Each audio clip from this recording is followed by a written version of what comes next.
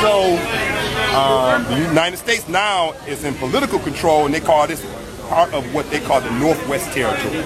Michigan, Illinois, Indiana, Ohio, Wisconsin are all part of the Northwest Territory. It's supposed to be free land, free states.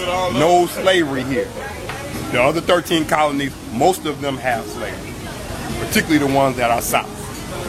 So they have slavery. The United States begins, the Constitution enshrines slavery as part of as a constitutional right of the American citizens. Slavery is occurring within the 13, most of the 13 colonies, but the Northwest Territory is not supposed to have slavery. But the French were here, and just so you know, they were enslaving Africans already, and Native Americans. They were enslaving Africans before the British took it in the 7 Years' War. When the British arrived, after taking it in the 7 Years' War, they were practicing slavery too. So now you got the French and British practicing slavery on what we now call Detroit, which has now become part of the United States and supposed to be free territory. But slavery is already existing. So a part of the Jay's Treaty, which is the treaty that ended the Revolutionary War, clause in it for Michigan is that the French and British who are already living here are allowed to continue practicing slavery. Only the new residents cannot practice slavery. So Detroit, I know many times you hear that the Northwest Territory was all free.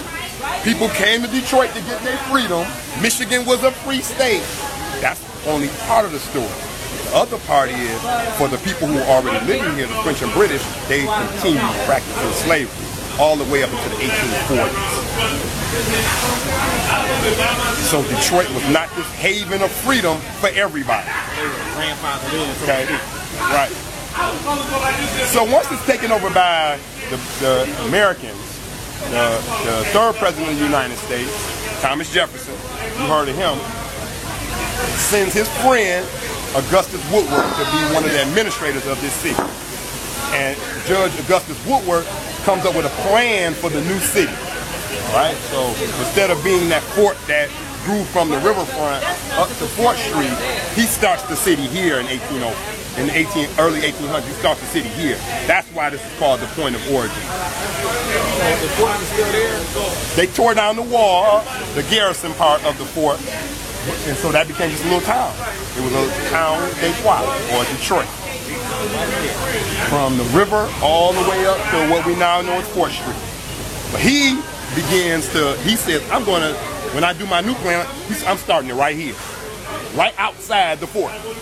Because basically he's trying to grow the city. There's already people living there. I want people to, I want the city to grow. So he wouldn't start it where people already are living. He starts it here. This becomes the new point of origin.